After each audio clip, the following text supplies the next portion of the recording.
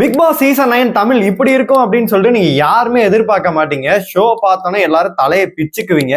அந்த மாதிரியான கண்டஸ்டன்ட் எல்லாத்தையும் பாத்தீங்கன்னா இறக்கி விட்டுருக்காங்க. இந்த சீசன்ல வயல் கார்டு கிடையாது, இப்பவே பாத்தீங்கன்னா எல்லாத்தையும் உள்ள இறக்குறோம் அப்படின்ற மாதிரி 20 பேர் வந்து உள்ள இறக்கியிருக்காங்க. அது மட்டும் இல்லாம நிறைய மாற்றங்களும் பாத்தீங்கன்னா உள்ள பண்ணியிருக்காங்க. எல்லாத்தையுமே நம்ம ஃபுல்லாவே பார்த்தலாம். ஹாய் மக்களே, நான் உங்க ஷாம். நிறைய பேர் வீடியோ பாக்குறீங்க, லைக் பண்ணாம பாக்குறீங்க. லைக் பண்ணிட்டு பாத்தீங்க அப்படின்னா ரொம்பவே சந்தோஷமா இருக்கும். நம்ம வீடியோக்குள்ள போயிடலாம். அதாவது சனிக்கிழமை நேற்று ஃபுல்லாவே பாத்தீங்கன்னா ஷூட் எல்லாமே முடிஞ்சிருச்சு. இன்னைக்கு காலையிலலாம் வந்து மார்னிங் சாங் ஆடி எல்லாம் வந்து செலிப்ரேட் பண்ணி முதல் நாள்லாம் போயிட்டு இருக்கு. இப்போ ஆல்மோஸ்ட் போயிட்டு இருக்கும். இன்னைக்கு ஈவினிங் 6 மணிக்கு தான் பாத்தீங்கன்னா அந்த கிராண்ட் லான்ச் ஆக இருக்கு. இதுல வந்து பாத்தீங்கன்னா 18 போட்டியாளர்கள் அப்படின்னு சொல்லிட்டு நீங்க எல்லாருமே நினைச்சிட்டு இருக்கீங்க. 20 போட்டியாளர்களை பாத்தீங்கன்னா களம் இறக்கியிருக்காங்க. இந்த சீசன் வந்து வயல் கார்டு கிடையாது அப்படின்ற ஒரு நியூஸ்மே வந்திருக்கு. என்ன பண்ண போறாங்க அப்படின்னு சொல்லிட்டு இதை திரும்பி வந்து இன்னொரு 6 பேர் நாங்க இறக்குறோம் அப்படின்னு சொல்லிட்டு பண்றதுக்கும் வாய்ப்புகள் அதிகமா இருக்கு. இப்போ வந்த தகவல் படி என்ன அப்படின்னு கேட்டீங்கன்னா வயல் கார்டு இல்ல அப்படின்ற மாதிரி நியூஸ் தான் வந்திருக்கு. போக அப்டேட் வந்துச்சுன்னா கண்டிப்பா உங்களை வந்து அப்டேட் பண்ணிடுறேன். அதாவது நம்ம முன்னாடியே சொல்லியிருந்தோம், ஏதோ ஒரு டாஸ்க் மூலியமா தான் வந்து தொடங்க போகுது அப்படின்னு சொல்லியிருந்தோம். ஏன்னா வீட்டோட அமைப்பை பார்க்கும் போதே அந்த மாதிரிதான் இருக்கு. அதாவது அனிமல்ஸ் பேர்டா இல்லைன்னு பாத்தீங்கன்னா வாட்டர் விசஸ் நெருப்பா அப்படின்ற மாதிரி நம்ம சொல்லிட்டு இருந்தோம்.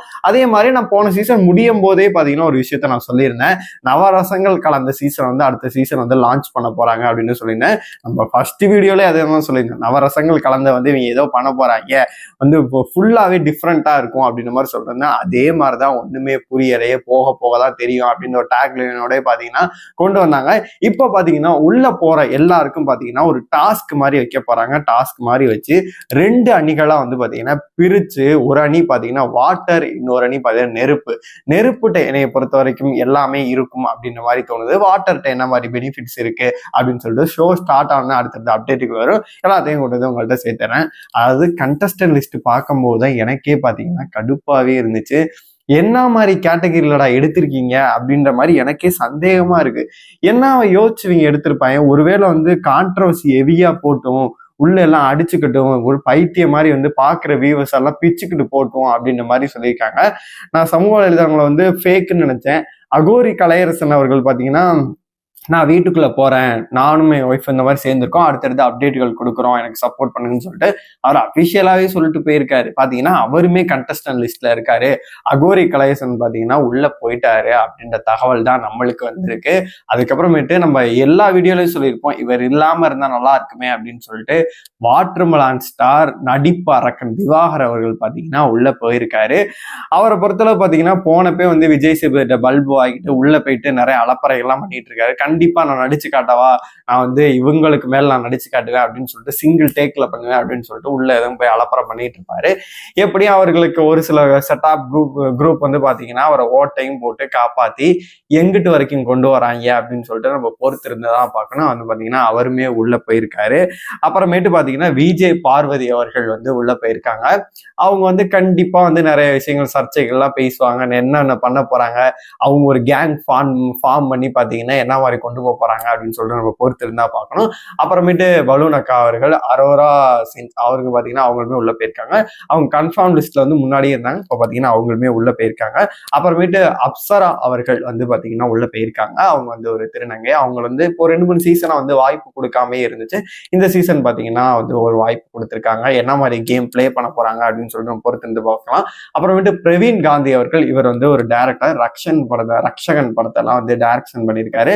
ரீசெண்டா வந்து படங்கள் அவர் எதுவுமே பண்ணவே இல்லை, இன்டர்வியூ மட்டும்தான் கொடுத்துட்டு இருந்தாரு. அதுவே பாத்தீங்கன்னா நிறைய கான்ட்ரவர்சியெல்லாம் ஏற்படுத்துச்சு அப்படின்னு தான் சொல்லணும். உள்ள போயிட்டு என்ன மாதிரி கேம் பிளே பண்ண போறாருன்னு சொல்லிட்டு நம்ம பொறுத்து இருந்து பார்க்கலாம். அப்புறமேட்டு விக்ரம், இவர் வந்து உங்களுக்கு நல்லாவே தெரியும், ஒரு ஸ்கிட் எல்லாம் வச்சு செம்மையா பண்ணுவாரு. யூடியூப்ல செம்மையா பிரபலம் அப்படின்னே சொல்லலாம். அதுல இவரும் பாத்தீங்கன்னா உள்ள போயிருக்காரு. அப்புறமேட்டு கனின்னு சொன்னா யாருக்கும் தெரியாது, காரக்குழம்பு கனி திரு அப்படின்னா உங்களுக்கு நல்லாவே தெரியும். குக் வித் கோமாளியில வந்து பாத்தீங்கன்னா டைட்டிலரா இருந்திருக்காங்க. இவங்க ஹஸ்பண்ட் பாத்தீங்கன்னா படங்களும் கூட டைரக்ஷன் பண்ணியிருக்காரு. இவங்க சிஸ்டர் பாத்தீங்கன்னா சர்வைவர்ல போயிட்டு டைட்டில் அடிச்சிருக்காங்க, விஜய். அவங்களே உங்களுக்கு நல்லாவே தெரியும். இவங்க வந்து இந்த சமையல் கேட்டகரியில வருவாங்க. ஏன்னு கேட்டீங்கன்னா வீட்டுக்குள்ள மோஸ்ட்லி அவனுக்குமே சமைக்கவே தெரியாது. கண்டிப்பா வந்து கனி வந்து பாத்தீங்கன்னா அந்த ஒன் ஆஃப் வந்து ரொம்ப நாள் சர்வே பண்றதுக்கான வாய்ப்பு அதிகமாவே இருக்கு. ஏன்னா அந்த மாதிரி ஒரு ஹம்பிள் பர்சன் தான். குக் வித் கோமாளியில கூட நம்ம பார்த்திருக்கோம். அப்புறமேட்டு சபரிநாதன், இவர் வந்து போன சீசன் வந்து வெளியில வரவங்க எல்லாத்தையும் வச்சு பாத்தீங்கன்னா ஒரு ரோஸ்ட் மாதிரி ஒரு ஷோ பண்ணிட்டு இருந்தாரு. இவருமே உள்ள போயிருக்காரு. அப்புறமேட்டு சமருதீன், இவர் பாத்தீங்கன்னா மகாநதி சீரியல்ல கூட பார்த்திருப்பாங்க. ஒரு சில படங்களை ஏதோ பண்ணியிருக்காரு அப்படின்னு சொல்லிட்டு தான் தோணுது. ஷார்ட் பிலிம் என்னன்னு சொல்லி தெரியவே இல்லை. இவருமே உள்ள போயிருக்காரு. அப்புறமேட்டு ஆதிரை, இவங்க வந்து ரொம்ப நாளா வந்து இவங்க கன்ஃபார்ம் லிஸ்ட்ல இருந்தாங்க. பாத்தீங்கன்னா இவங்களுமே உள்ள போயிருக்காங்க அப்படின்னு நியூஸ்மே வந்திருக்கு. அப்புறமேட்டு மீனவ பொண்ணு சுபிக்ஷா அப்படின்னு சொல்லிட்டு பாத்தீங்கன்னா தூத்துக்குடின்னு நினைக்கிறேன், எக்ஸாக்டா தெரியல, தூத்துக்குடியா இல்ல திருநெல்வேலி பக்கமா தெரியல, அவங்களும் பாத்தீங்கன்னா உள்ள போயிருக்காங்க.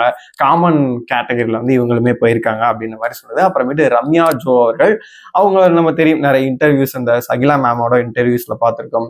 அவங்க என்ன மாதிரி வந்து பண்ணியிருக்காங்க அப்படின்னு சொல்லிட்டு நம்ம முன்னாடியே வந்து நிறைய விஷயங்கள் வந்து நம்ம சொல்லியிருக்கோம். அதனால வந்து ஒரு சில வீடியோக்கெல்லாம் சர்ச்சையெல்லாம் ஆச்சு. அவங்க இந்த மாதிரிலாம் பேசுறாங்களே எப்படிப்பா அப்படின்ற மாதிரி. அவங்க என்ன மாதிரி உள்ள பிளே பண்ண போறாங்க, வெளியில இருந்ததுக்கும் உள்ள வேற மாதிரி இருக்கலாம், அதுக்கும் வாய்ப்புகள் அதிகமாகவே இருக்கு. என்ன மாதிரி பிளே பண்ண போறாங்க அப்படின்னு சொல்லிட்டு பொறுத்து இருந்தா பார்க்கணும். அப்புறமேட்டு பாத்தீங்கன்னா கெமி அவர்கள், கெமி உங்களுக்கு நல்லாவே தெரியும், அதாவது குக் வித் கோமாளிலே வந்திருக்காங்க.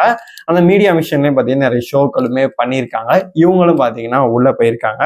அதுக்கப்புறமேட்டு எல்லாரும் எதிர்பார்த்து கொண்டு இருந்த இந்த இவங்க காமன் கேட்டகரி, அப்புறமேட்டு இந்த பட்டிமன்றம், இவதுல இருந்து யாராச்சும் ஒருத்தர் பாத்தீங்கன்னா ஒரு பேச்சாளரா வந்து யாராச்சும் உள்ள போகணுமே அப்படின்னு சொல்றதுக்காக பாத்தீங்கன்னா மஞ்சுநாதன் அவர்கள் வந்து, கொங்கு மஞ்சுநாதன் அவர்கள் வந்து அவர் படங்கள்லாம் நிறைய பண்ணியிருக்காரு.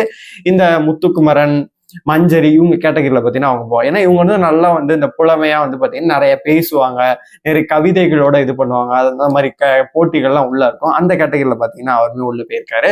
அப்புறம் ஜனனி அவர்கள், இவங்க வந்து கன்ஃபார்ம் லிஸ்ட்ல வந்து ஃபர்ஸ்ட் போட்ட வீடியோல இருந்தே இருந்தாங்க. ஜனனி அசோக்னு நினைக்கிறேன். இவங்க வந்து இந்த பவித்ரா கேட்டகரியில வருவாங்க, கடைசி வரைக்கும் இவங்க இருப்பாங்க அப்படின்ற மாதிரி சொல்லப்படுது. வெயிட் பண்ணி பார்க்கலாம் எவ்வளவு நாள் வந்து தாக்கு பிடிக்கிறாங்க அப்படின்னு சொல்லிட்டு. அப்புறமேட்டு வினோத் பாபு அவர்கள், இவங்க பாத்தீங்கன்னா போன சீசன் வயல் கார்டு வராரு அப்படின்ற மாதிரி நம்ம சொல்லியிருந்தோம். போன சீசனே வர வேண்டியது. இவர் கேபி எல்லாம் நல்லா பண்ணியிருக்காரு, மிமிக்ரி எக்ஸ்பர்ட்டா சூப்பராகவே பண்ணுவாரு. இவரும் பாத்தீங்கன்னா உள்ள போயிருக்காரு அப்படின்னு சொல்றது. இது மட்டும் இல்லாம இந்த ராம்போ, இன்னும் ஒரு சில பெயர்கள்லாம் வந்து பாத்தீங்கன்னா அவங்க யாருன்னே தெரியவே இல்லை. அதனாலதான் அந்த பேரெல்லாம் நான் தவிர்த்துட்டேன். அதெல்லாம் யாருன்னே தெரியவே இல்லை. இன்னைக்கு அவங்க இன்ட்ரடியூஸ் ஆகும்போது அவங்க ஏவி போட்டாதான் நம்மளுக்கே தெரியும் இவங்கெல்லாம் யாரு அப்படின்னு சொல்லிட்டு. அதனால அவங்களெல்லாம் வந்து நம்ம இன்னைக்கு ஏவியை பார்த்தே கண்டுபிடிச்சிக்கலாம். அதனால வந்து ஆல்மோஸ்ட் 20 பேர் வந்து உள்ள போயிட்டாங்க அப்படின்னு நியூஸ் ஆகுது. எனக்கு வந்து அதிர்ச்சியா இருக்கிறதெல்லாம் யாரு அப்படின்னு கேட்டீங்கன்னா வாட்டர்மெலன் ஸ்டார். அவர் வந்து என்ன அவ்வளோ திறமையோட உள்ள போறாரு. நம்மெல்லாம் வந்து 5 சீசனா வந்து பண்ணிட்டு இருக்கோம். சரி விட, பர்சனல் வெஞ்சன்ஸ் எல்லாம் இது நம்ம பொறாம எல்லாம் சொல்லவே இல்லை, என்னைய விட்டு தெலுங்க. இந்த மாதிரி எக்கச்சக்க பேர் பாத்தீங்கன்னா இதெல்லாம் ஒரு வாய்ப்பு கிடைக்குமா அப்படின்னு சொல்லிட்டு பாத்தீங்கன்னா தவிச்சுக்கிட்டு இருக்காங்க. அவங்களெல்லாம் வந்து நீங்க எடுக்க மாட்டேங்கிறீங்க. இவருங்கெல்லாம் என்ன கேட்டகரியில எடுத்திருக்கீங்க அப்படின்னு சொல்லிட்டு தெரியவே இல்லை. உள்ள போயிட்டு அவர் என்ன அலப்புறையெல்லாம் பண்ண போறாரு அப்படின்னு சொல்லிட்டு நம்ம வெயிட் பண்ணி தான் பார்க்கணும். அதனால இந்த சீசனே வந்து டிஃப்ரெண்டா தான் இருக்கும். அந்த டாஸ்க் வைஸும் சரி, உள்ள நடக்கிற விஷயங்கள் எல்லாம் பாத்தீங்கன்னா டிஃப்ரெண்டா இருக்கும். டிஆர்பி பேச்சுக்கும் நம்ம தலை பிச்சுக்கும் அப்படின்ற மாதிரி நம்மளுக்குமே பாத்தீங்கன்னா டென்ஷன் வந்து சொல்றதுக்கு இல்லை, வேற லெவல்ல டென்ஷன் ஆகும் அப்படின்ற மாதிரி தான் இருக்கு. 2 ப்ரோமோக்கள் வந்துச்சு. அதுலயும் பாத்தீங்கன்னா இந்த கோலாகல வந்து ஒரு முக்கியமான நாள் வந்து எல்லாரும் அடுத்த கட்டத்துக்கு போற முக்கியமான நாள் விஜய் சேதுபதி சொல்றாரு. இன்னொரு ப்ரோமோல பாத்தீங்கன்னா இந்த வீடு வந்து ஆல்ரெடி தயாராயிடுச்சு, கண்டஸ்டன்ட் என்ன பண்ண போறாங்க அப்படின்ற விஷயத்தையும் சொல்லியிருக்காரு. வெயிட் பண்ணி பார்க்கலாம் இன்னைக்கு கிராண்ட் லான்ச்ல வந்து என்ன நடக்க போகுது அப்படின்னு சொல்லிட்டு. உங்களை பொறுத்த வரைக்கும் கண்டஸ்டன்ட் லிஸ்ட் தான் பார்க்கும்போது உங்களுக்கு என்ன தோணுது? இவங்க எல்லாம் வந்தது ஓகேவா? உங்களோட கருத்துக்கள் எல்லாத்தையுமே மறக்காம கமெண்ட் பாக்ஸ்ல சொல்லுங்க.